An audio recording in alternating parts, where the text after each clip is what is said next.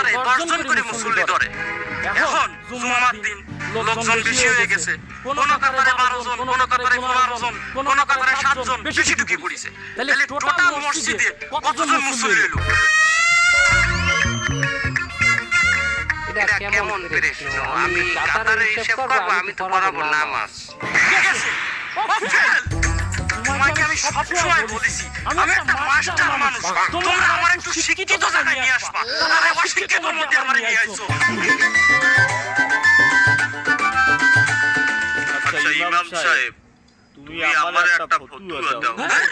ফতোয়া একটা ফতোয়া আমার কাছে এলাকার একজন সম্মানিত ব্যক্তির কাছে অনেক পরিমাণ মানুষের আমানত, ধরো কয়েকশো বস্তা চাউল আসছে। এবার সেই সম্মানিত ব্যক্তি সেখান থেকে অল্প পরিমাণ কিছু নিজের দ্বারা